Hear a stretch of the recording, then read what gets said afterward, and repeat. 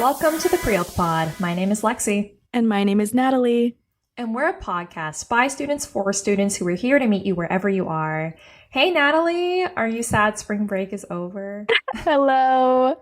Yes, I actually am. I'm so sad. It seems like it went by so quickly. Isn't it funny how that happens? I Yeah. swear we just got off of school yesterday. Now I have to go back to school tomorrow. Yeah. Ugh. I've been traveling a lot and I'm really exhausted from the whole week, so I'm kind of ready to get back into a normal routine of things. Yeah. Yeah. No, I get that. I didn't even realize, I know a lot of people on our team go on spring break. I'm still working like normal. And so I was You like, oh are. yeah, that's a thing. I miss spring break. Yeah, it was so funny. Like you texted me about something. I was like, oh, I'm actually on the beach right now. We were like talking about stuff like on the computer, and I was like, oh, you know what? I could totally do that, but I'm currently like in the ocean waves. And I was like, I am so sorry. Yeah, totally enjoy your vacation. Oh, yeah, no problem at all. I know you're still over here working hard. That's the gap year life, right? Everything's just kind of the same always. Yeah, as always. Yeah. ASU's just, they had their spring break really early. So me and my friends took our trip to Florida and it was a really fun time. Just like got some time in the sun on the beach, although it was actually pretty cloudy there. I was actually kind of Yeah. shocked. You get the 4 o'clock thunderstorms. No, actually, yeah, I think there Yeah. was some rain at like 4 p.m. a couple hmm days. It was really weirdly cloudy the whole time. We were like, come on, spring break. Like, what's going on here? Oh, yeah, that's But, Florida for you. It's very right? unstable. Is that how it is? I don't know. I've never been, but it was beautiful. Yeah. But yeah, it was super sticky. Humidity was crazy. hmm But we went Yeah. to Fort Lauderdale for a day, and that's where there was actual sunlight for some reason. It was like really bright in Fort Lauderdale, just not that far from Miami. But yeah, it was really fun. Oh, that's really awesome. I'm sorry Yeah. it was sticky, but that's expected. But there's Right. nothing like the Florida beaches. And I Yeah, think I'm they gonna were go gorgeous. visit my family in the summer and go to the beach. I really miss it. California beaches are cold. Yeah. Although the Miami beach was pretty cold too, I gotta say, Oh, but that might have been because it was cloudy or something like that. yeah. But the sand was just like unreal. It was like white sand on the beach and it was so soft. I just loved it. It was the most beautiful beach. And I also ate amazing food while I was in Florida. I think this was like the best I've ever eaten in my entire life. Oh my God. What was your It favorite was thing that you so ate? good. Oh my gosh, that's a really hard question, actually. Oh, I don't know. I think probably we had like a bunch of food at Prime 112, if anybody knows that restaurant in Oh my Miami. God, that's fancy. Yeah, it was literally everything I ate there was amazing. We had like a bunch of stuff from the menu. Like we ordered a poke bowl on like the appetizers, and then we also got the steak tomahawk and like steak tartare. Like we got a whole bunch of stuff, and it was really, really good. So I highly, Wow. highly recommend that place. But then we also got really, really good sushi at Komodo in Miami. Ooh. It's like on Brickell Bay or something. So Okay. that also was really good. Those were Oh my probably my gosh. favorites, but I can't pick like a food because we ordered so much good stuff off the menu. We were kind of just sharing with our table, and all of it was delicious. I've literally never eaten better in my whole life. I don't know if I'll ever eat that good ever again. But That's yeah, so nice. Oh my God. yeah, spring break accomplished. Yeah. But what have you Um, got to, Lexi, for this past yeah. week? I went to Jerome, which Oh, some of you Arizona people know. It's like this yeah. ghost town. Has, I Yeah. think, the most haunted hotel or place in the country. I went on a ghost tour and it Oh, was wow. so interesting. They Did you see gave a us, ghost? no, I don't think you see, they were saying we don't see ghosts, but they gave us Oh. all spirit boxes. If you Mm. guys know what those are, it's like little boxes that are supposed to channel frequencies and you can talk to ghosts through them. Oh my gosh. And I'm, Spooky. me and my friends who all went, especially Alex, we're all Yeah. skeptics. And so we were like, what is happening? And it was really interesting though, because what they did is they gave us historical tours. So we went to different parts of the town and learned about how the town was built and actually has a really sad history. Oh. Um, I won't go into too much detail, but check it out, Jerome Ghost Tour, like Ghost Town. I think there's tons of YouTube videos about it. But we initially went into this parking lot where we parked, and there was like a big hospital there that was Mhm. burned down in a fire. And they had us go over there with our spirit boxes and turn them on, and we wandered around the parking lot to see if anybody could talk. And they claimed that people in the past had like full-fledged conversations with ghosts, asking them about like who they were, if they were a doctor or a nurse. So me and my friend went. We both got into med school. Oh, Hannah went with me actually, and we were like, so what was med school like? Oh no, not you asking the ghosts. Yeah. I will say though, it was really freaky. We didn't have anybody have a conversation with us, but there were a few hellos that came through the spirit box, but I don't know if that was fake or not. But this one do you girl, think you're a skeptic yourself, or are you more open to possibility of there being spirits? I have no idea. You don't know. I have no idea. That's honestly a fair answer. I mean, does anybody know? Like, I don't know. That's the thing, is that we don't know. But I will say the few hellos freaked me out. I was like, hello? You're like, hi? Yeah. How's it going, I guess? I don't know. Yeah. But the history was really interesting. We ate at the Haunted Hamburger. Oh my gosh. Which was apparently haunted. Was it delicious? Did you enjoy the hamburger? Yeah, I loved it. I love like big hamburgers. It was good. Yeah. I've seen you've been really active out in Arizona so far, I would say. Like you've been going on a lot of hikes too, right? Or am I just No, you're right. I'm inventing trying to do all of the things in Arizona before I leave forever. Yeah, before you leave for med school, probably. Yeah. Do you have any updates about your med school journey for the listeners? I do. Oh, let's hear them. I was rock climbing on Friday when I got an email from one of my last schools that I interviewed for. I interviewed for them in November, and I hadn't heard from anything since. And I was wondering what was going on. Long time. They really like to let the suspense build, don't they? They really do. And I got waitlisted, and I was really happy about it. Yeah, that's incredible. They said in the email, they were like, movement will happen as soon as acceptances become available. So when people start committing to enroll in April. And they said it was at the near top of the list. So they were like, be aware of that. You will probably hear an update from us in a month or two. It's a pretty interesting feeling. It kind of feels like you're in a situationship in a way. Just kidding. No, kind of true. You're like, don't really know where you stand. Like, you know, they kind of like you, but you don't know if they want to commit. Yeah. That's perfect way to describe it. Yeah. Because it's also like, you're a little disappointed, you know, because of course you want that acceptance, but it's also okay. Like, I feel extremely accomplished to have received that also and still have like an acceptance that's one of my top choices on the East Coast. So I'm glad to have options, and Alex and I are going to book hotels for my second look on the East Coast later today, and we're really excited to see where we'll be going in the fall, but I think it's going to be out there. So I'll let you guys know soon. Yeah, that's so exciting, Lexi. Congratulations again on all you've accomplished. Genuinely, to get even waitlisted at a med school after the acceptances you've already gotten, that's so incredible. So I'm so proud of you. You're going to do so great.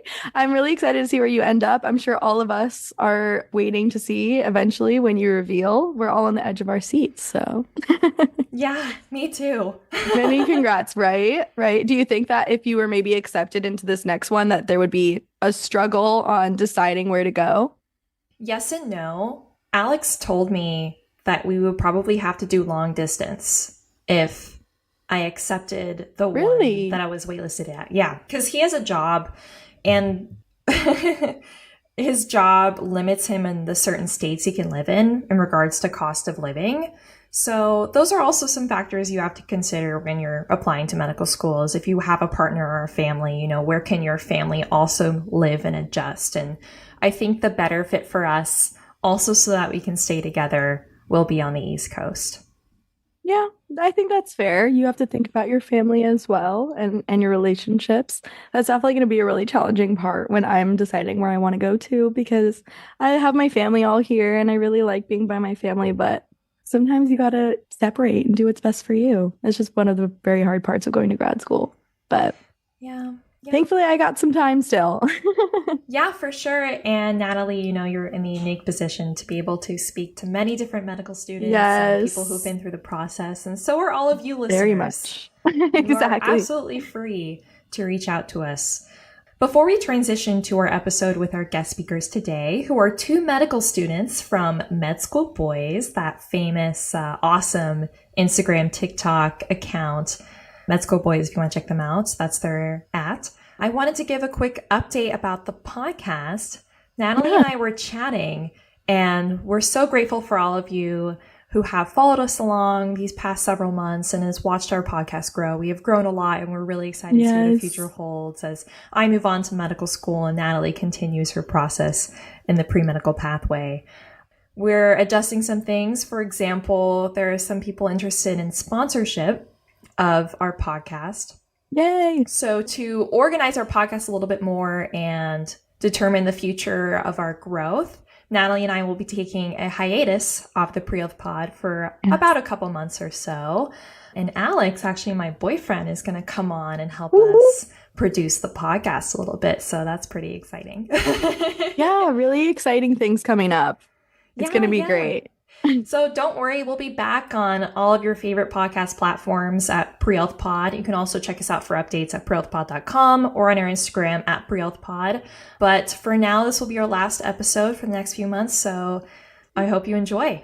Yeah, we're going to be in such a different part of our journeys too in just a couple months, so it'll be really fun to do that update.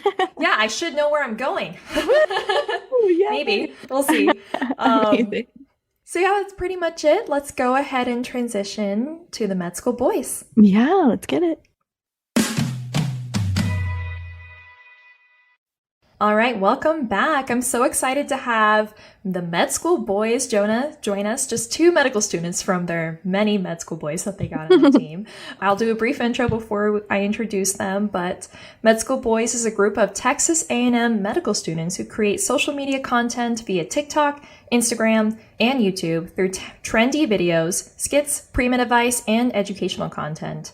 As they progress along their medical journey, the MedSchoolBoiz hope to show the meaningful relationships and fun memories that are possible to have in a journey through medicine. And we have Surya and Harshit joining us today. How are you both doing? Welcome. We're doing great. Thank you guys so much for having us, and we're excited to get into these questions. We're happy to be here, and hopefully we can give you guys something valuable to take away from the podcast. Awesome. Before we jump into our awesome questions we have prepared, Surya, would you mind starting us off with a brief introduction of who you are and where you're from and some of your interests?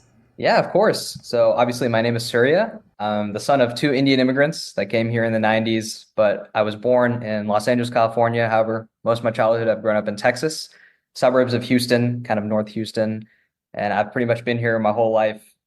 Grew up, in the North Houston area, went to school at University of Houston for my undergrad, and then obviously medical school at Texas A&M. And then fate brought me back here, and I'm doing my clinical rotations right here in Houston. And so it's been great, close to home, awesome Texan experience, can't ask for anything else. And then, outside of the medical school kind of space, I'm kind of a jack of all trades in terms of interests. I don't really have particular hobbies I'm honed in on. I just kind of do anything to spend time with friends, whether that be through sports, social just outings. I love being outside. I'm just down for a good time as long as it entails the company I love. So I'm just open to every experience I can find as long as it involves good company. Love that. Yeah. And Harshit, yeah.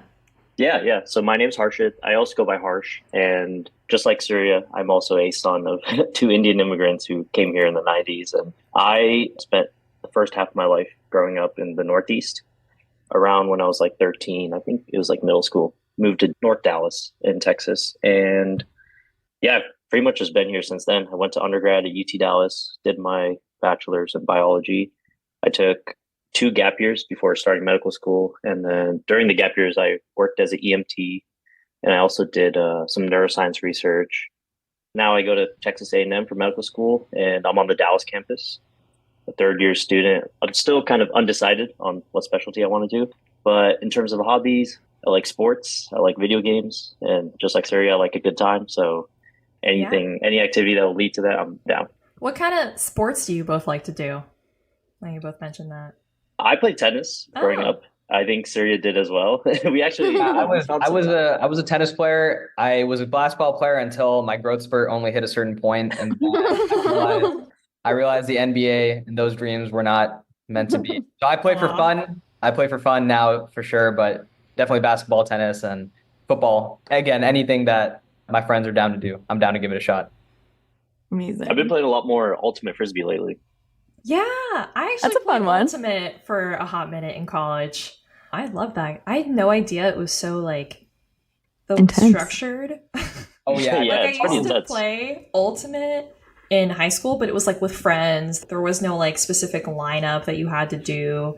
But yeah, it's like very organized Yeah, Ultimate. like med school especially. I don't know why it was just like a resurgence of like the times we've played it. So Yeah. Oh. it's a fun time. Yeah. You guys can attest to. We were talking about last time how a lot of med schools have rock climbing clubs. Yeah. So it's interesting what comes back up Oh, once yeah. you get to med school. I As don't soon know as we'll do about- anything, they'll do anything to get Yeah. us. Yeah. Now pickleball is on the rise right now. So Yeah, Mm. yeah. These all I sound wanna like a lot play. of fun. Great ways to de-stress, right? yeah. Absolutely. Yeah, well, thank you guys so much for giving us a little introduction into who you are in your lives. We want to transition into our first question, which is, what was your path to medicine like, and why did you decide to go to medical school as opposed to the NP or PA route? And either one of you can start. Up to you. Yeah, I can go ahead. I'm always pretty honest when I get asked this question. I want to caveat it with I feel like I made the right choice and I'm happy at where I am right now. But Right. honestly, the reason I'm here is that's kind of all I knew at the time. When I was in high school, I kind of had that conception of I want to help people. And I guess society tells you and kind of instills in you from a young age that the best way to do that is to be a doctor without Yeah. thinking too much about it. So naturally, those were some experiences I pursued in high school in terms of shadowing and things like that. And I loved it, right? And I kind of developed the feeling of, oh, wow, I feel like as a doctor, you can be a teacher. I always say this, you can be a teacher, a healer, a scientist. You can kind of wear multiple caps. So I really enjoyed that. The second part of your question in terms of why didn't you pursue like NP or the PA route? Mhm. Now being in healthcare for as long as we have, I mean, not a crazy amount of time, but definitely several years. I definitely wish I considered those paths more just because I feel like there's a lot of purpose and enjoyment I would have also gotten potentially being a PA, especially. Yeah. And so at the time, I really didn't know much about the PA and NP route, if I'm being honest.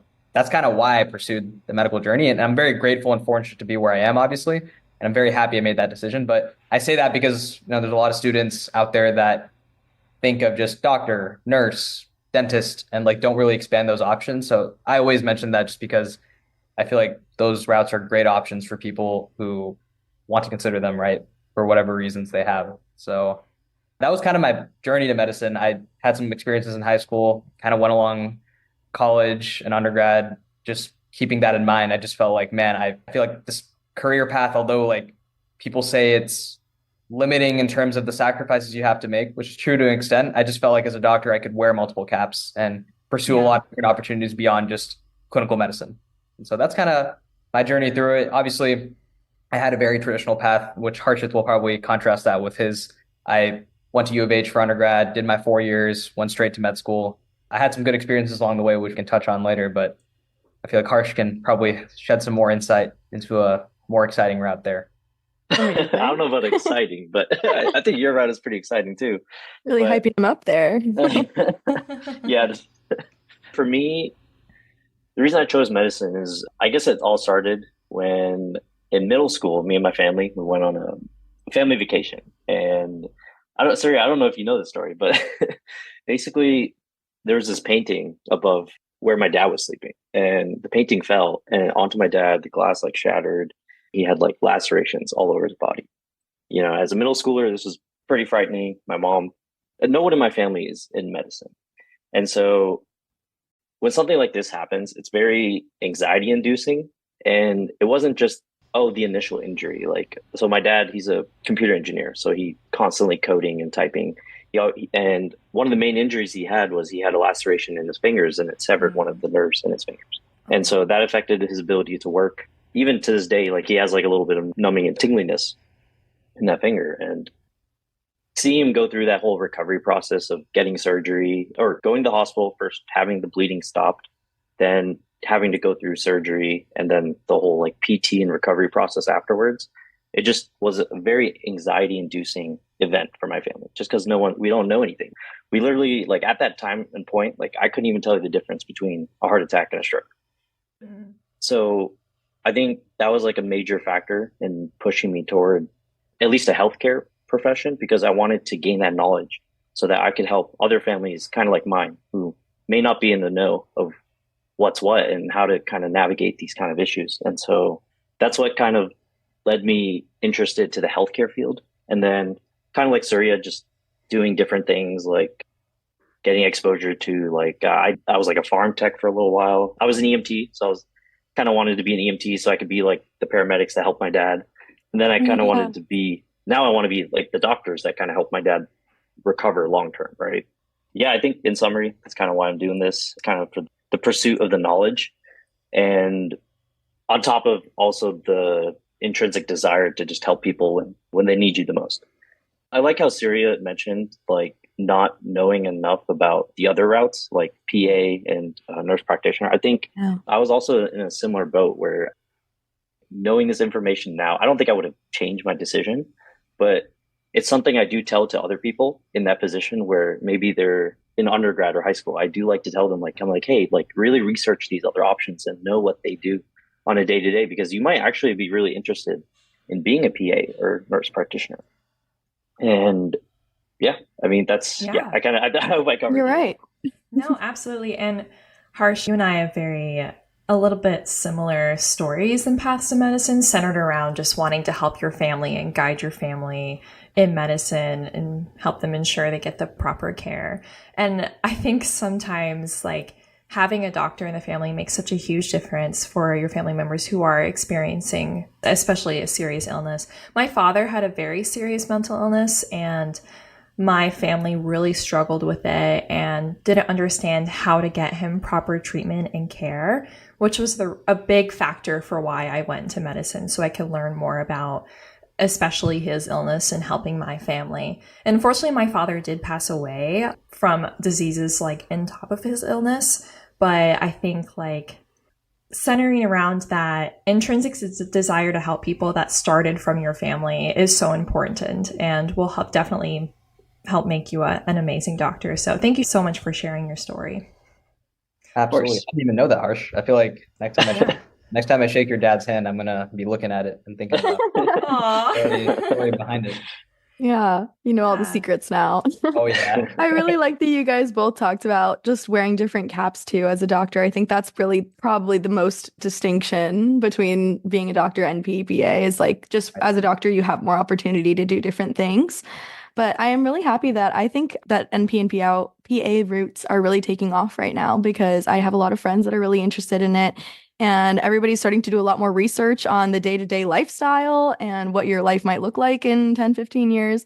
So yeah, it's really great that you guys are trying to make sure everybody knows that, to look into every route before you decide to do just the med school path, because that might not even be what's best fit for you. So yeah. And that's why I started the National Pre-Health Conference actually back in 2020. And people ask me, why don't you make it the Pre-Med Association and only includes stuff about medical specialties? And I'm like, no, what makes a good team, a healthcare team, is everyone, diversity providers. Absolutely. And like Absolutely.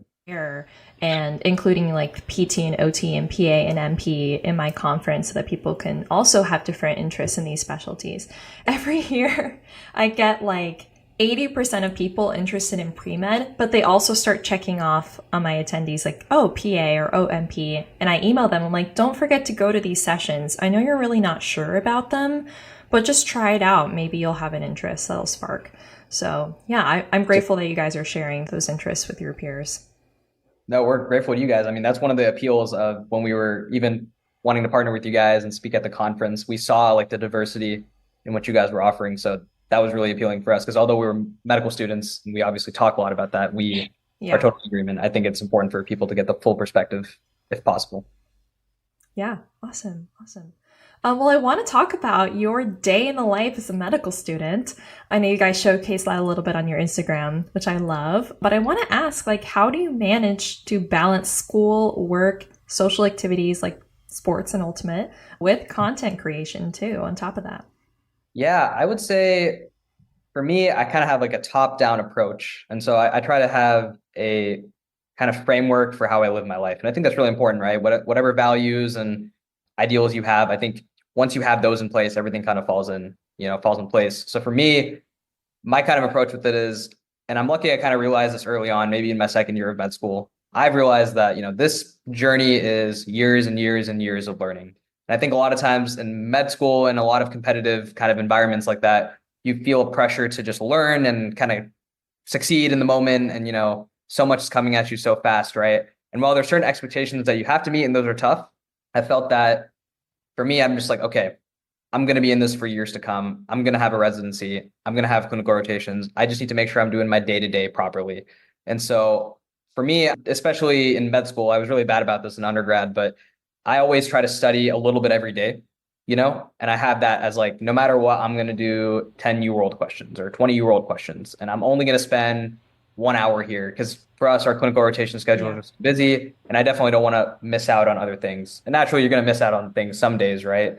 But I say that because that's kind of how it fits in for me. And I'm able to manage everything, so if I only spend 30 minutes studying here, right? That over the course of like 6 weeks accumulates into something versus not studying for like a week and okay, I'm on the weekend, let me cram, a couple of hours of studying, et cetera, right?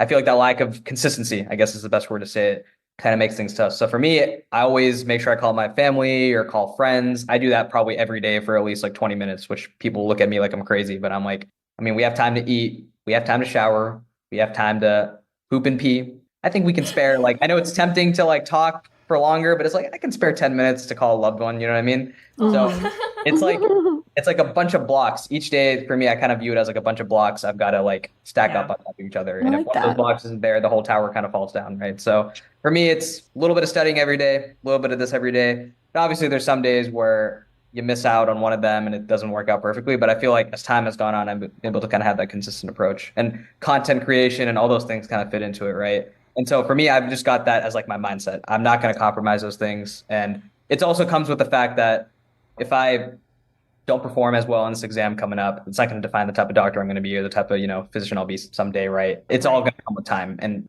I'm sure you guys are going to learn this too, right? Especially in healthcare. Like it's just the amount of repetition you get over years and years and years, like it'll be so ingrained in you that it'll be nauseating and you won't, right? So that's kind of the approach I have in terms of a framework for viewing things. And I feel like that kind of helps fit in all those things that you mentioned. Yeah, I think you put it perfectly. I remember in college, I used to be obsessed with blocking time on my Google Calendar and color coding my activities. So like my classes were purple and going to like the gym was like red. Work was orange. Like I was just like, yes, like this makes me feel so organized. Yeah. But when it got to the point where I was like blocking off every minute of the day, even sleep, it was a lot. I wasn't blocking off like times for actual things like I enjoyed, like my hobbies or relaxation or TV or just doing like normal life things. Right. So there is such a thing as blocking it off too much, but I love that you shared that because it just reminded me of that time.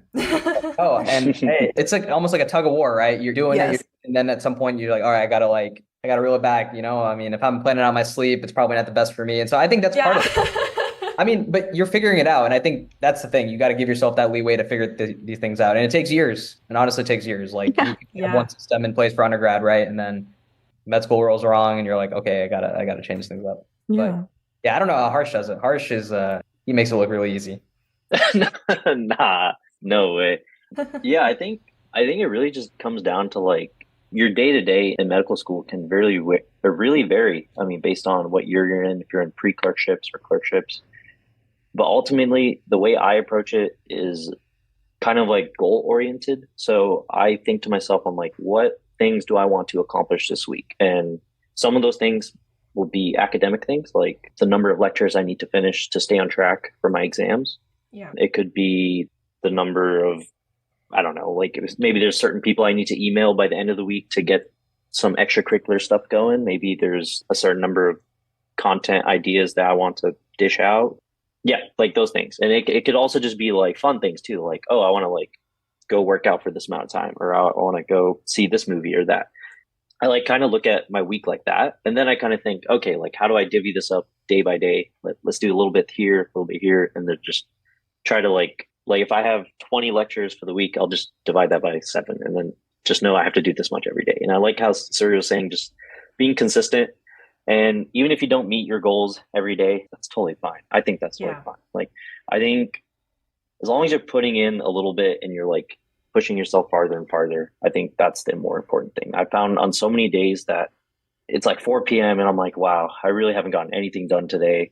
It's like, what's happening? And you get frustrated because you're like, oh, there's like no more time left. But really, you just look at whatever time is left for that day. Just do something, Just if it's another 10 questions you wrote, it's another 10 questions. That's 10 more than you would have done if you did nothing. So I like to be positive like that and just do what I can. In terms of managing like personal life and social life and academic life, that's just a struggle I think you just kind of have to go through. There's really no one way to do it. I think everyone has different needs in terms of like they need to spend X amount of time with their friends and family. And some people don't need to do that as much. And you just kind of have to go through it and just be super communicative with the people around you and let them know what you're doing. If you have an exam this week, you let them know, and hopefully they'll understand that, hey, you can't make it to a party or something. Hopefully they'll understand, right? I found that communication part to be really important, especially for people that aren't in medicine. They can assume you're a medical student, you're busy, but they really don't get it. Yeah. Even you can tell them all day, and like some people they can't truly understand. That's okay. That's fine. It's just, I think that just makes it that much more important to kind of tell them like, hey, like I have like all this stuff going on. I really wish I could, like I really want to, but I can't, I think it's also having like those difficult conversations is important. Absolutely. And something I kind of want to add is like, I think Harsh is doing a great job, like giving the details of like the day to day. I feel like I'm taking a more broad scope picture of it, but I feel like having granularity in like your decision making is a big thing in med school. So what I mean by that is, for example, I would say that I consider myself like a relatively low stress person. And then I kick it up a notch, in my opinion, when it really matters. So I'll give you an example, right? Let's say I'm on a rotation and I'm helping take care of a patient and the patient starts coding and like it's an emergency. Yeah, I'm going to stress, right? I'm going to see what I can do. Am I in the way of the team? Can I do something to help? Cortisol through the roof, everything's like very, very stressful. And so for those situations, I think I let the stress flow and, take over, because again, you need that, right, to like make certain decisions. But let's say I'm studying for a test. It's a shelf exam. So our school, for example, right, they've got a policy where if you fail a shelf exam the first time, you get a retake and it won't go on your record. You're not going to get like the highest score, but you'll get the lowest passing score. Everyone always talks about, oh my God, if I want to do a competitive medical specialty, I'm screwed if I do this and do that, right? But the thing is, I kind of step back and I'll remind myself that there's so much subjectivity in the process that I'm like, what is truly the consequence of me like not meeting the mark on this? Nothing. Yeah. The sky is not going to fall down tomorrow. A patient is not going to die. I might be in a little bit of a pinch and hassle to like study for this retake, or I'm not going to do as well as I want. But the end goal is not going to change drastically. Now, you don't want to do that and make excuses all the time, because then you're just lazy at that point, right? And you're not going to get anywhere. But again, it's kind of that tug of war where I think, like Harsh said, if you do your best every day, you're not going to get to that point where you're like making excuses for yourself all the time. If you've got a lot going on in life, personal situations, whatever it is, I don't call it an excuse. I just call it realistic perspective, right? Where I'm like, okay, I'll like look at the decision I'm making and I'll be like, okay, it's going to be okay. I'm not going to get kicked out of med school for not doing this. Yeah. I'm going to give myself some leeway. And I think that's really important. I think medical students really, really struggle with that. Again, it's easier said than done, right? This just comes with the experience and like having tough decisions to make on a day-to-day when it comes to that stuff. But I just think that's something important to add, right? Because I feel like that broad scope picture really helps put things in perspective sometimes. Yeah. And I think everyone's different with their comfort levels. Yeah. Some people, if they fall behind even one lecture, they're freaking out, Mm-hmm. And that's okay. If that's who you are, that's okay. Then you really got to, I guess, have a really thorough schedule where you stay on top of it, right? And then some people, they're okay with falling behind a little bit, but they sit down, they focus, they grind, they catch up. So everyone has a different way of doing it. I think you just got to figure out what keeps you comfortable. Yeah. Right. There's been blocks where, this is the last point I'll say, I don't want to harp on this question too much, but there was a block in med school where the way it worked for every school is different, but for us, it was, you had to pass the block, right? You had to meet a certain passing point. And for us, our pre-clerkship is unranked, meaning like as long as you pass on paper, no difference, right? So I remember thinking to myself, I'll give you two examples. One block, I bombed the first exam and I was like, I got to get it together and hauled the rest of the way and like really put in the work and it worked out. And then there was another block where I killed the first exam and I was like, you know what? I want to make a trip with my fiance at the end of this block. I'm not, if I get a certain score, I miss a few points here and there, I'm okay. As long as I have a good baseline understanding. So I take it a little easier. So I feel like that's kind of what I mean with like granularity of decision making. Some people told me I was like crazy for doing that. But I'm also like, on paper, we've passed. Literally, no one's ever going to know that. You know what I mean? And that's not the same for every medical school, right? I totally understand that. But with the cards you're dealt, I think having that granularity making it important. So anyway, I just thought that was important to add. Your fiance, I personally, think you were crazy. Your fiance was like, "Yes, let's take a trip." I feel like I've actually done and performed better when I make time for those things. Like making time for those trips and making time for video games with my buddies. Like totally agree. When I do that, I don't know. Maybe it's just anecdotal, or maybe I'm biased because I just remember the good things and forget the bad things. But absolutely, no, it seems like you guys are super good at fitting a lot of brain break time, I guess, into your schedule, even though you're so busy. Like, I cannot even imagine how busy you guys are right now. But sometimes for me, still in my undergrad as a pre-med, I'm like, how could it get busier than this? I'm not gonna lie. Sometimes like people will tell us, how people in med school, people have those like they cater to mental health sometimes. Sometimes sometimes it's not. Our school has thankfully done a good job with this, but they're like, no, awesome. Make sure you're taking time for yourself. And I'll be like, no, I'm taking time for myself. Sometimes I gotta like remind myself, no, I gotta study and get back on it. I have that same thing, man. Like my advisor will tell me like, hey, make sure you're like taking breaks and stuff. I'm like, man, you tell me the wrong thing. Like, you're like, I'm already there. Yeah, I'm already there. Right. Like, that's another thing that I like, though, is that you guys focus on just the fact that we're all human and sometimes you have to be flexible. Like, you're not this robot study machine that's going to always get everything done that you set out for yourself. Like, you got to give yourself some. You'll burn out. You'll just burn out. Yeah, exactly. That's where burnout happens. Yeah, and don't get us wrong. I mean, we work hard. Like, I've seen. Oh, I know. I believe you. It gets scary, but we know. that's just how it is. Right. You gotta work hard, play hard. No, I'm so inspired by this personally because, again, I feel like I'm so busy right now just in my undergrad. I know it's going to get a lot worse, but I feel like sometimes I set out goals for myself to study a little bit every day. And I know, Surya, you said that you were not good at it when you were in undergrad to study every day. I was atrocious. Feel that. That's actually, I was horrific at it. Were you I feel the procrastinator who waits until like a few days before the exam? That was me. That's me currently. That's me as well. I feel you guys. Minutes. But you know what? It's one of those things where it's like, I personally, again, if my friends are going to listen to this, people are going to listen to this and they're going to say this is a hot take. I personally have felt medical school is easier than undergrad. And let me mention, like, I think it's objectively harder, but I think because my systems are, much better in place and because I've got better perspective, it's like, personally, like, I think step 1, step 2 in USMLE is way harder than the MCAT. But I personally feel like I had a much harder time with the MCAT because of what my perspective was back then, right? So I feel like you just get better as you go on. So for me, when I say it's easier, I don't objectively mean those tests are easier or med school is easier, but I think you just get better, so you get better at handling it. So exactly. There is definitely a lot of hope from that. Is it like that 4-panel meme where it's like starts out with just thinking a little bit and then it's like up to enlightenment? Oh yeah. I don't know about enlightenment, but I don't know about that. But I think that perspectives. Yeah. I was thinking about when I get to medical school, I need to fix myself. And you start being more like studying a little bit every day because I am a huge procrastinator. I do not study ahead of time for my exams as I should. And I was concerned about that for when I get to grad school. But now I'm feeling like maybe I'll just improve. You will. I mean, it's grow kind of as a like, person. no, exactly. Have you heard of the pancake analogy? No. I have not. Share with me. So this, I'm sorry, I know you know this, but they talk about med school lectures being like pancakes. So you get like maybe 2 or 3 lectures every day.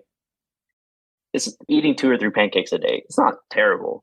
I mean, by the end of the week, you'll get tired of it, right? But if you're really determined, you'll get it. You'll get it done. But the problem is when you take a day off and you don't eat any pancakes that day, now the next day you have 6 pancakes. and you're like, oh man, this is too much. And so you're like, okay, fine, Pancakes. I'll eat 3 pancakes, or maybe you'll eat 2 pancakes. Now you're just like, this is like compounding pancakes. And by the end of the week, you have 10 extra pancakes, and you're just tired. You're sick and tired of pancakes, right? But yeah, Mhm. you have to do it. And so for your exam, what do? You cram and eat all these pancakes, and you feel Yep. sick.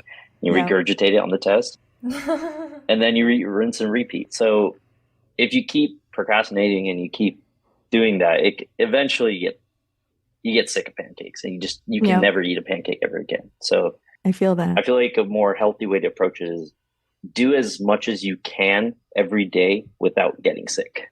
Right. I Yeah. actually, I'm not even kidding. I had pancakes this morning. Like, no.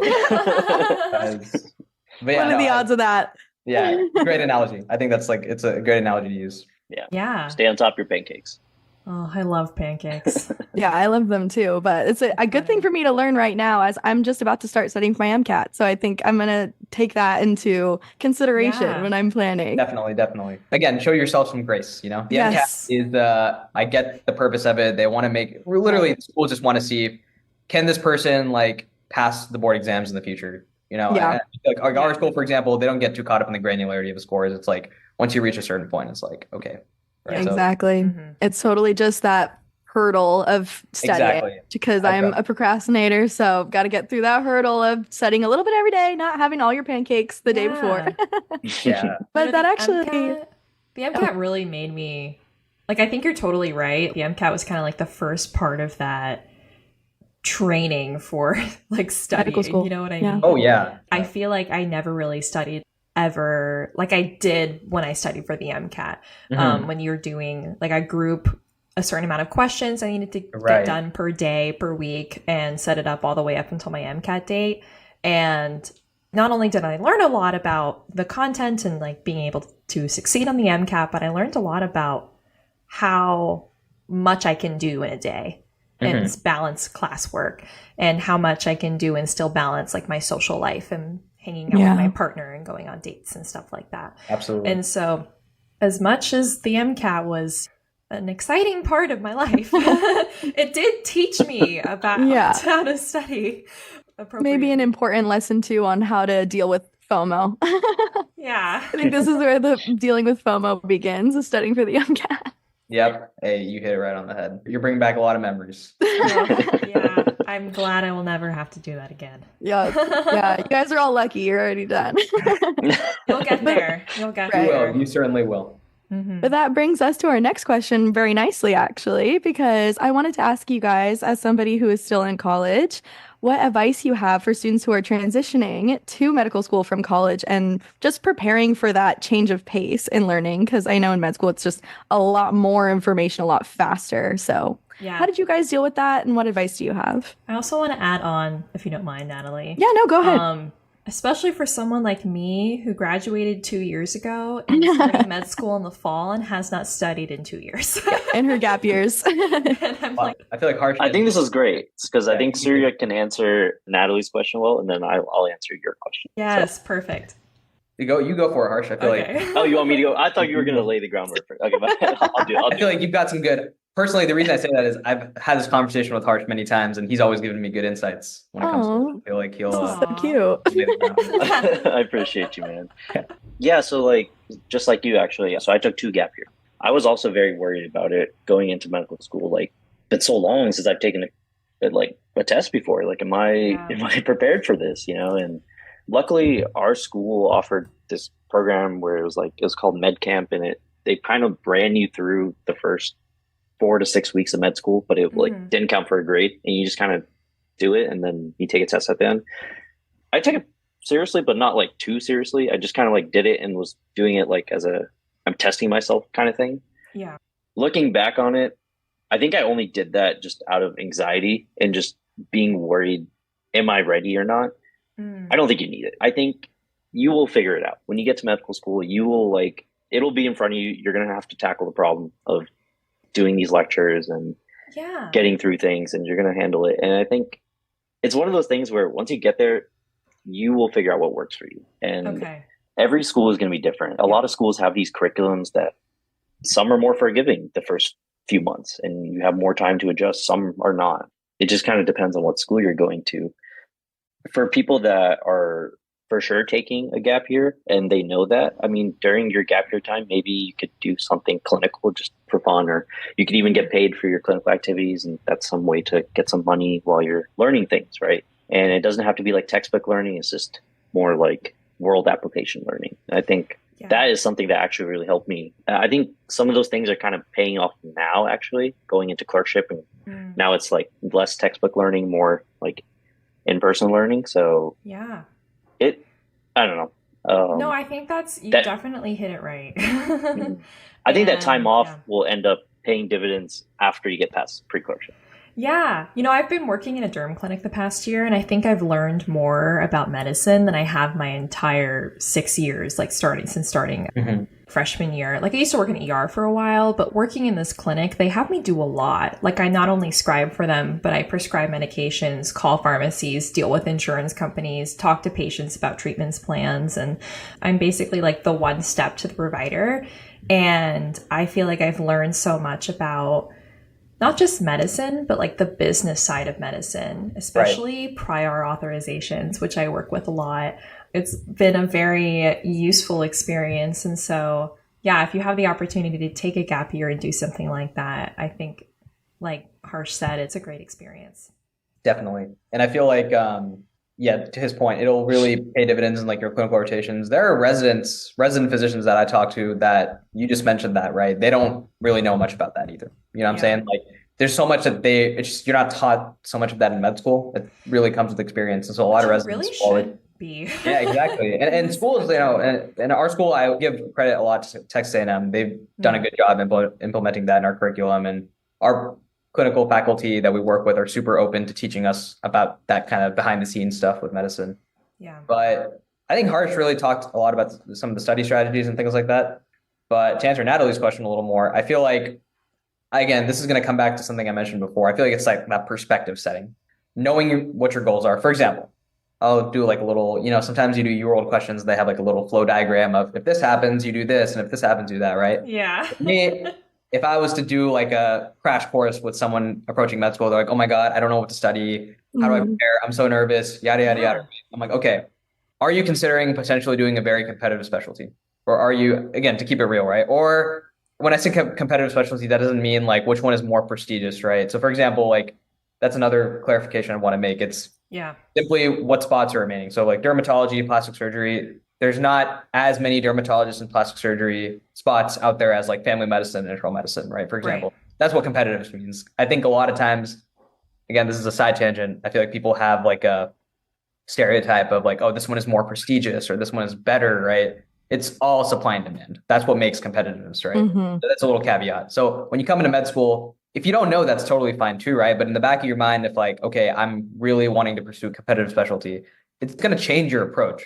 You want to do your best in certain classes, right? But again, there's always a caveat. For us, pre-clerkship doesn't really matter. Our class is not ranked based on pre-clerkship. Like there are people that just barely pass all their blocks in pre-clerkship, and then when they get to their clinical rotations, they step it up a notch, and that's when a ranking really matters, right? Or perhaps your medical school ranking matters for pre-clerkship. And if you want to do competitive specialties, sometimes those things matter, right? I say that because it shifts your focus and gives you that frame of mind, right? So for me personally, I knew that I wanted to do internal medicine or family medicine going into medical school, right? I wasn't too sure where it would end up, but I was pretty confident about that, right? So I knew that pre-clerkship was not going to be the biggest thing for me.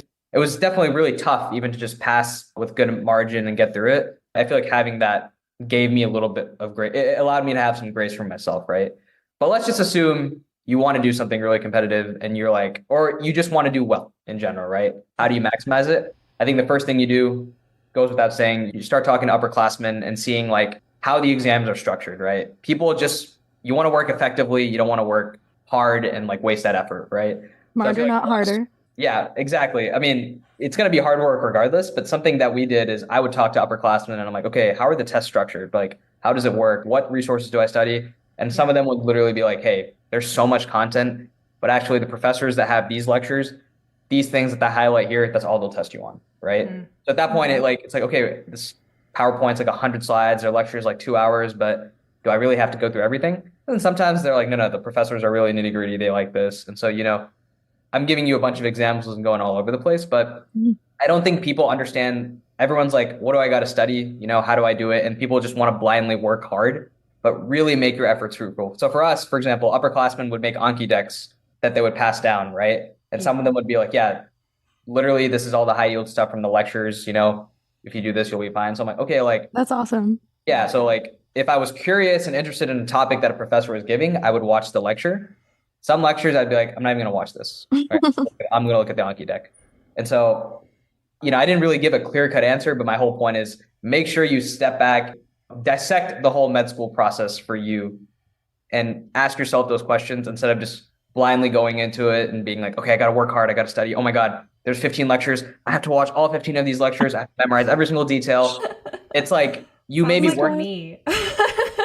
but like it's hard. And for me, I'm not gonna lie, right? Like the first couple of weeks of med school were tough because I was figuring that out. So there was Yeah. ups and downs for sure, and you got to be okay with that. But man, I just feel like, you know, even in undergrad, I used to do this thing in undergrad where I would go to the library and I'd be there for 8 hours, and I would Yeah. tell people that I studied for 8 hours. I wasn't studying for 8 hours. I was studying for 1 hour. I was talking to my friends for 3 hours. I was on my phone for 2 hours. But I feel like in med school, I've just gotten a lot of awareness from, like, man, if I can just, to Harsh's point, if I spend some time with friends here, do that, but I'm really locked in for this 1 hour, it's a fruitful study session, right? So I don't even know if I answered the question fully. I kind of went on a tangent and said a bunch of things, but hopefully, I think I learned a lot though. hopefully that No gives some matter- perspective for the question. It was definitely a unique answer, but I think that was very useful actually. Well, It's definitely sounds something that's like hard. It's always going to be a rough start for Yeah. anyone. But I mean, if you're going to medical school, you're smart and you'll figure it out and Mhm. give yourself Yeah. some grace. Like that's kind Exactly. of sounds like the sum of what you guys are saying. And so me and Natalie being like type A, like, okay, I need to figure out this plan. I got to color code it in my calendar. Right. Like, wait, take a step back. We like, got to let relearn. yourself- But the thing is, you don't want to negate those things too, because from Yeah. the sound of it, both of you seem to have like a structure in place to an extent, right? And so like Right. definitely don't just like discard that. That may work really well, you know. I'm It's just a free for all. saying, yeah, adaptable. Yeah. It's all about like Yeah. we say adaptability, but that's kind of what it is, you know. Of course. To your point, I mean, even in undergrad, I was a little type A with some of those things where like I would really like color code notes, like some notes I would calendar color code that too. Mm. And I started realizing I think I'm just getting some kind of dopamine boost out of it, seeing Yes. some colors on a screen. And it's less about the actual organization. And then in med school, I just didn't even have time to do any of that stuff. Right. And then I just realized just quick and dirty reminder list with some, Yeah. because now you have features where it'll remind you to do stuff, like have an assignment to turn in. You can literally press remind me tomorrow, and then it'll remind you. And then same thing for notes. I basically don't even take notes anymore. It's just not worth it for me. But everyone's different, right? I don't want to Really? say that this is like the right study method or whatever. There's no right study method. Everyone has their way of going about things. Me personally, I found I spent so much time writing things down, and then I didn't even absorb any of the material. And so I'd rather just read it and take that time instead of writing it, read it again, and it'll stick better than actually writing it out. And if I do write things out, I don't care how it looks. I don't care if it looks like a chicken wrote it. I don't care if you can't even read it anymore. It's more of like, hey, I wrote stuff on this page. This slide is important. Read this slide again. That's really what it's for. Yeah. You're practicing your doctor chicken scratch Yeah. for the future when you're going to write your prescriptions. Yeah. That's so true. I think I'm getting better at that now. My notes are just like a mess, but at least I do have notes though. So I'm intrigued at the fact that you don't take notes anymore, but It just kind of depends. In Yeah. med school, if you just have so many slides to go through, it's just, Yeah. I'd rather just read it and kind of like internalize it and just keep moving on. Right. And so true. yeah, and then in clerkship, your learning is more practice questions.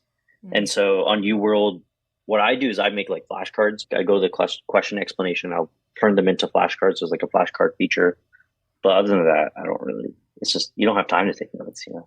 Yeah. True. Yeah. And if you do, you don't have time to read them. So I'm a big ChatGPT person. That's a whole nother hour Yes. podcast probably, Me but too. I think it's really useful in med school. So Oh, good. Good. I use Doximity. I don't know, Surya, I don't know if you've heard of Doximity. Doximity. Yeah. yeah, I don't like- use it. I know it's good. Yeah, I've you should never use heard it. of I it. mean, if you use it for clinical stuff, it's pretty good. in a pinch, it'll give you a good answer. Good to know. Well, I want to ask you guys a little bit more about your social media and content creation journey. How has your social media and content creation journey affected your medical journey so far? And how might you use your popularity in the future? Well, I feel like popularity is kind of a relative term, Yeah. This is something I'm really passionate about. Going into the whole journey, we kind of talked about this at the conference, right?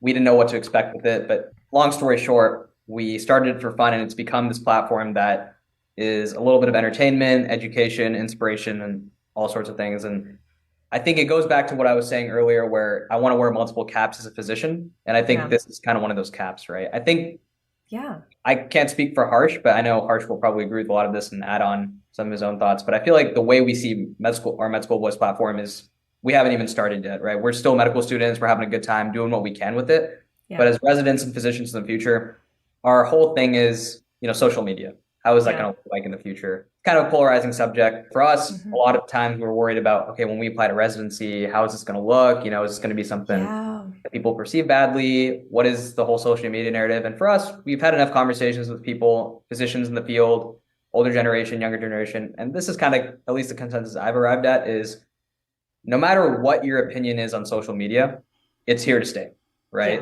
Yeah. And I will acknowledge there's a lot of toxic elements about it. Definitely not the best for kids for certain aspects of things, and even adults for that matter, right? It can be very addictive. That's a whole other conversation. But in terms of social media, it's there to stay. Now, when it comes to like health information and what's being disseminated on it, I've heard physicians and some people say like, oh, people are putting garbage out there, it's toxic. And my opinion is you can say that, but that doesn't do anything, right? People are going to keep putting garbage out there. People are going to keep putting untrue narratives, right? And potentially dangerous content out there, right? That's not accurate or based in evidence and good for society, quote unquote, right? So the approach that we've kind of taken is, hey, like two things. It started as a thing where we're like, okay, this can be kind of a reprieve and kind of lighthearted approach to med school to like show people exactly, it doesn't got to be this super toxic, intense thing, although it will be. So that's kind of one of our elements. But the other part is definitely education and inspiration, where it's like, hey, when we're physicians, we want to be reputable voices out there. And so you can already see that now. We've got physicians that we work with. We do entertaining and lighthearted stuff with them too, but we like to put out some educational content. And as medical students, a lot of that is related to board exam prep and things like that. It's not medical advice. We're not trying to give people medical advice, at this moment or anything like that, but we want to use it as like a platform for education. And I always use the analogy where if you give a knife to, someone that wants to harm someone, they'll harm someone. If you give a knife to a chef, they'll cook you a great meal out of it. And I feel like social media is kind of the same thing, right? Where with the MedSchoolBoiz platform, we hope to do something inspirational, educational, and hopefully bring a smile to people, right? And we feel that, hey, if we don't do anything about it, someone else will. And there's obviously, thankfully, there's a lot of great creators in medicine that do that, right? Already. So that have also we've worked with and we've got inspiration from. So that's kind of our whole view with it. I don't know, Harsh, if you want to add anything else to that in terms of how. I think you summarized the whole like upbringing of MedSchoolBoiz well. I think going forward, like Surya said, I think we're just getting started. Once we're residents and we're physicians, we'll really kind of have less restrictions on what we can put out. And like we can really also, I think one thing I want to speak about is each person on MedSchoolBoiz, I think, has like a slightly different interest in what they want to do with the platform, right? I think that's great. I think we have all sorts of facets covered. In a world where so many people are just consuming content online, we're getting to the point where people are educating themselves based on content they consume on social media. And I think that's an important thing to address as future healthcare leaders. We have to deliver the right education in the way that our people are consuming it, right? And so I know there is that notion where, social media, like there's that negative connotation sometimes, but at the end of the day, I think, like Surya said, it's a knife. It can be useful in the hands of a surgeon. It can save a life. And so I think just being aware of the usefulness of that. I don't know in terms of the popularity, what that's going to do for us. I don't know. Keep going. More education. I mean, for us, it's one of those things where like we have been like approached and we've had conversations with people here and there across the country, but it's mainly been on college campuses in Texas where people really recognize us and that sort of thing. So I don't know how that'll change. We're not, obviously, it's cool. It's humbling at the same time, but for us, we're just having it. We didn't even envision any of that, and we don't for that. We're just grateful for it and going along the journey and just having fun with it. Yeah, Amazing. I love that you guys said like also having fun with it. I think it's a Yeah. really interesting hobby. I Oh, think yeah. social media is so intriguing and also just a platform for education. I personally think we need more leaders in healthcare on social media because all the trash that'll be thrown out there. We Mhm. also need like factual, evidence-based medicine also on social media, which is a big platform for a lot of like people in my generation get their news from social media. Yeah. And Absolutely. like I follow this like Gen Z platform, which is where I get a lot of my news because news agencies can be untrustworthy these days sometimes. So I follow a lot of my favorite like board certified physicians that I follow. I'm sure you guys know like Lady Spine Doc. Have you heard of She's her? awesome. She's awesome. amazing. Like she's Yeah, the yeah. coolest, and I love her stories and like her personal weight loss journey as well was so Right. And even though she's an extremely accomplished surgeon, Yeah. she's so relatable as well. Yeah. So I love her stuff. Or like some like I'm really interested in derms, like board certified dermatologists, and like I get a lot of my skincare tips from them. Yeah. I think Yeah. derm is like one of those fields that really has capitalized on it in a good way. I mean, there are Yeah. some people with interesting intentions, right? But for the most part, I think there's a lot of dermatologists who understand that what they're putting out is evidence-based stuff, and it's not just out of the blue, right? So Yeah. I think that's awesome.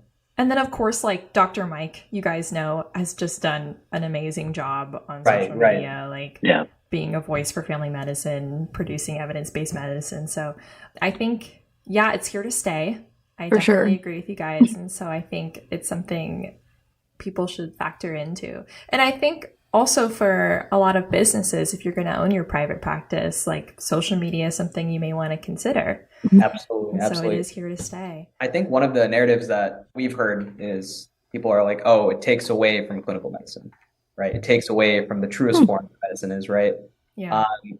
And I can see that being the case for some people, right? But I think for us, like we always tell this to people, our social media platform, even at this moment as medical students, is a priority, but it's not the priority. For us, our clinical education and becoming the best physicians we can, that's like first and foremost. And I think all 9 of us on the team, right, we make sure we emphasize that. We don't want this to like, this is supplementing us and this is something that's there and a priority. But, I think that's important and something we tell people. And there are some physicians that are very high profile on social media, but I mean, they are first and foremost doctors in their community. So I think, that's something I just want to put out there if anyone's listening to this, because I think people sometimes have that narrative of you can't control every narrative, obviously, but some people feel that, it's detracting from the truest form of medicine. But no, this is just like we were all talking about it, just another avenue that healthcare will have moving forward. No, I think it's awesome. I'm really glad that you guys are saying this is just the beginning, that you're going to keep it going throughout your whole medical journey. Hopefully. You might, fingers crossed. But I guess when you guys are out of med school, you might have to rebrand a little bit. Like Residency Boys, maybe? No. We are definitely barring We're any. keeping it. We're keeping it. The funny thing is, Locking it in. Yeah, I think it just kind of symbolizes where we started. You're always Yes. right. Med school, you're always learning. I think there's a lot of avenues you can take it, and a rebrand would definitely be really tough. Oh yeah. But I think what's interesting already is like we have to remind. We get a lot of DMs because our platform is also very international. People already think we're physicians, and we have to remind them you're still in medical school, right? Yeah. Yeah, we're just students. We're still students, so Yeah. So we're definitely hoping to keep it MedSchoolBoiz moving forward. Yeah. No, it's going to be awesome to watch your guys' journey. We appreciate you guys too, Yeah. Appreciate you guys supporting. Of course. Well, before we end the podcast, I thought I'd give you both an opportunity to share one piece of advice that you could give to someone in college on the pre-med pathway. Your final words of wisdom. Final words of wisdom. Mine would be that we kind of touched on this a little bit, and it was talking about how medicine is a lifelong journey. Yeah. If you look at it like, oh, I need to accomplish this, and I need to get this done. It's just an endless race. You're never going to feel fulfilled, I think. And I think a better way to approach it would be celebrating the small victories as they come and being proud of each little step. Let's say you take your MCAT, be proud of that. Let's say you graduate college, be proud of that. let's say you start applying for medical school. Be proud of that. Yeah. And take each step and just reflect. And I think instead of just constantly looking to the next thing, be like, oh, let me grind to the next thing. Let me grind to the next thing. It's just, it gets tiring because there's always going to be something. Even when you're a physician, you're a resident, you're an attending. Once you get to that point, there's still going to be something. There's going to be stuff to do. And you have to look back and at some point just embrace how far you've come and reflect and just enjoy life, right? I like that. Give yourself a little treat, you know. Mm-hmm. Dang, mine is like very specific and not that wholesome. So I don't know. We should end up. No. Let's hear it. Let's hear it. We like to. Mine's is this. I would say understand the system that you're currently in. And what I mean by that is, for example, you're a college student, you go to an institution, you're going to be in med school someday, you're part of an institution. Every institution is made up of people. People are imperfect. I say that because when you're applying to med school, we almost have this thing, people will be like, am I good enough because I didn't get into this? Or, oh, I'm clearly good enough because I got into that. It's like, no, there are people that are making these decisions and people are very imperfect and there's a lot of subjectivity involved, right? Number one, having that understanding helps you understand and give yourself some self-worth. You're not basing your self-worth and that sort of thing. I've had conversations with people that have been on med school admissions committees. It's really good and it's also really scary, some of the things you hear, right?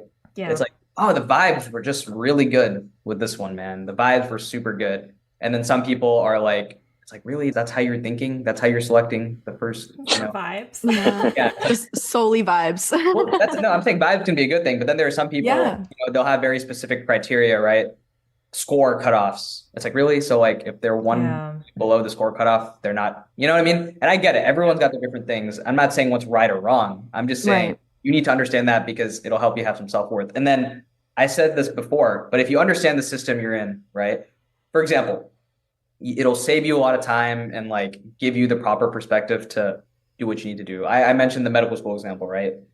If you are in medical school, instead of blindly working hard, understand like, okay, how is this curriculum being structured? Is there some validity to it? Is this something like, for example, I always tell myself in med school when I'm studying certain content, I'm like, is this something that is actually going to help me?